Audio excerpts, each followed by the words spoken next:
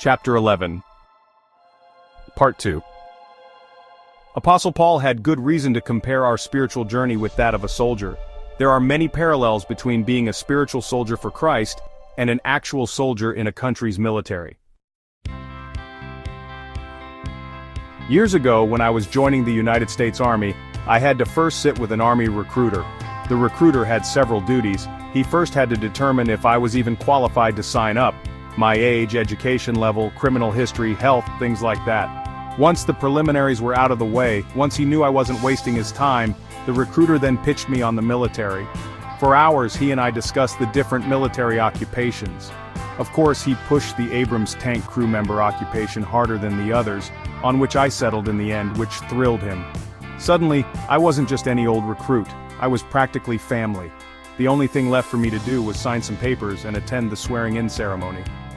The entire process took about 2 weeks, from first stepping into the recruiter's office and to, finally, the swearing-in ceremony which officially made me a United States soldier. I was 17 years old. If I had to compare, sitting down with the recruiter and hearing his spiel would be spiritually akin to hearing the gospel message preached to you. The swearing-in ceremony, where I pledged to defend the United States from all enemies, is comparable to accepting the gospel message, getting baptized, and giving my life over to Christ. After the induction ceremony, I was officially a soldier in the United States Army. After I gave my life over to Christ, I became a spiritual soldier in his everlasting kingdom. But the comparisons don't end here. I have a rather straightforward question for you. When a recruit has finished talks with the recruiter and completed the swearing-in ceremony, making him a legitimate soldier in the Army, would you straight away put the new soldier on a C-130 airplane and fly him or her to the nearest battlefield? During my time in the service, wars raged in both Iraq and Afghanistan. Would it have been reasonable to send me to Iraq on the next available flight? A 17-year-old high school dropout? A child more or less? No, of course not. On paper, I may have been a United States soldier and an Abrams tank crew member, but mentally and physically, I was still the same kid who walked into the recruiter's office just 2 weeks earlier. I was untrained. I was unskilled in the art of warfare.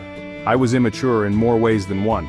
To straight away send me overseas to fight in a war in this unprepared condition would be tantamount to sending an ignorant sheep into a den of wolves. It would have been murder. Seriously, what could I have contributed? I certainly couldn't drive and shoot tanks as I had signed up to do, so obviously not that. I didn't have combat training with a rifle or handgun or grenades. I knew nothing about wilderness navigation, how to use the intricate Army radio. No, because the Army needed a trained soldier to send to war and not some soft teenage boy, I first had to be sent across the country to Fort Knox, Kentucky for basic military training, boot camp as civilians call it. Similarly, new Christians who just discovered their purpose would not immediately be sent to fulfill their purpose until they are properly prepared. First comes the spiritual boot camp. The average new soldier in the Army goes through 2 types of training before being considered fit to go to war: basic training and advanced infantry training, AIT. AIT is simply the advanced occupational training for anyone who's not in the infantry, but we still called it AIT. My Abrams tank training was the AIT. Basic training is exactly what it sounds like, the training of basic military skills. This would include uniform and body armor maintenance, basic firearms training, radio operations, a wilderness land navigation course, physical fitness training, things like that. For AIT, training was centered around operating Abrams tanks. Basic training always comes first, however, for one can't be a proper soldier without knowing the basics of warfare. The occupational training always comes second, only after the recruit passes the first. Regarding spiritual matters, the Army's basic training is comparable to the basics of Christ-centered discipleship. This would entail learning to read and understand the scriptures, how to pray, the fundamentals of spiritual gifts, loving your neighbor, forgiveness, spiritual warfare, and so forth, the basics of Christianity. We know what they are.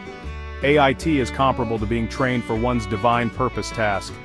The next step. Both areas of training are necessary before the Christian can be deployed on their unique mission for God's kingdom. Both are vital for them to succeed. A few chapters ago, I used the demon-oppressed man as an example of a person who was told his purpose, walked in it, and then had complete success. If you recall, Christ, before leaving town, informed the man to stay put and tell his people about what great things Christ had done to free him from a legion of demons. Luke 8:39. Not long after the man began preaching, the same angry people who had thrown Christ out of their town were suddenly eager to have Christ back. Luke 8:40. Well, even this freed man had to be prepared before being sent out, but most people miss this when they read his story. Let me show you. Then they went out to see what had happened, and came to Jesus, and found the man from whom the demons had departed, sitting at the feet of Jesus, clothed and in his right mind, and they were afraid. Luke 8:35. This verse, in a subtle manner, holds a profound spiritual pattern. There is so much symbolism.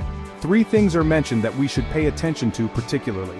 The man was clothed, the man was sitting at the feet of Jesus, the man was in his right mind. All 3 reveal a crucial spiritual pattern applicable to all of us. Let's dive right into it.